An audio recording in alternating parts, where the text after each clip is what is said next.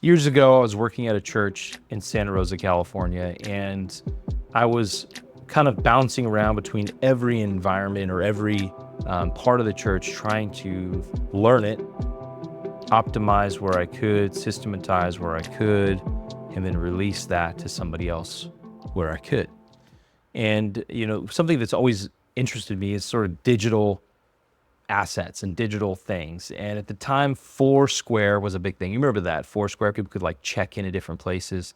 And we had a park on our campus. And so I decided to make a QR code and put it on a park bench so that people could check into this place, which I named for our community and encouraged people to come to. And sometimes I would put out little, gift baskets or prizes there because I was just encouraging people to come on campus of the church and let people know, like, you can use this park. It's not specifically for the church's use. The community can use it. We encourage that. We want that.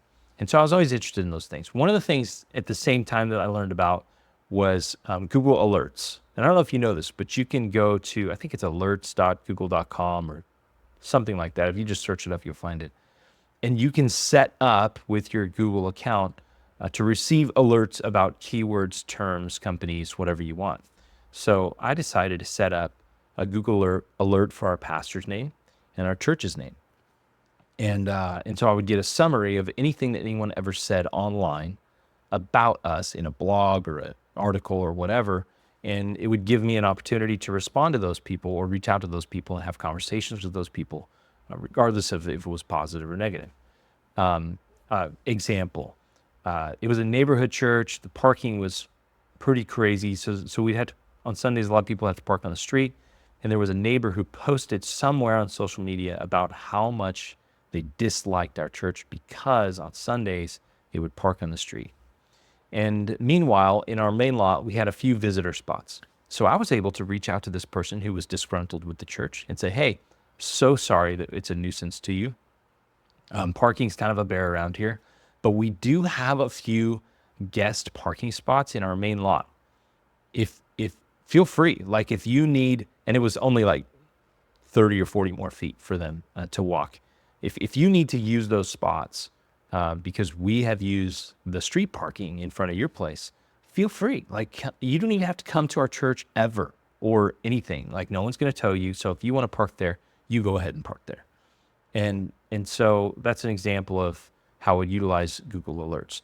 Another story about that is that in that time frame, somebody came to our church, visited it, and then wrote a really long blog article and sort of sarcastically about the church. I mean, he talked about how the pastor, he kind of made fun of the pastor and he made fun of the culture, and he made fun of just in general, the experience that he had.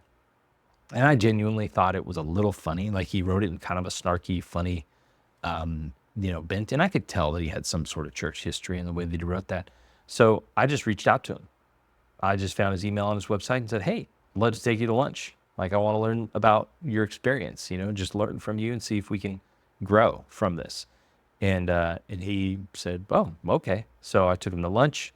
We went to coffee another time. I think there were 2 or 3 times we met. And then within a month, he kind of made that church his home, and he built relationships with people. And then he became one of my volunteers in our student ministry, and he became a speaker rotating through. And then eventually I had the honor of performing the marriage ceremony of him and his wife. And then he planted a church with us. And so I want to tell you this story because it's important to know what people are saying about you, number one, online. Now, some of you, if you're prominent and you've got a lot of people talking about you, this is probably not for you because there's too much information out there and you need someone else to deal with that stuff. But if you're not giant and if you can have capacity to entertain these kinds of conversations, it can be very valuable to hear your critics online and then build a relationship or attempt to build a relationship or extend grace to them. Because, man, the brand that builds is way better than anything you could do otherwise, I think. And the relationships that you build from that can be incredible. So if you have a business, a church, a nonprofit, whatever, and people talk about you, I would set aside some time. I'll create some Google alerts around those key terms and set aside some time to really engage in those conversations, because you're building a bridge with those people can really propel some key things in your business organization. And how else are you going to learn that stuff? And how else are you going to get better? So I hope this is helpful to you in some way. If it's not, that's fine. But I just thought about that the other day and thought I'd let you know about Google Alerts, and engaging your critics can be really, really good. All right. God bless. See you next time.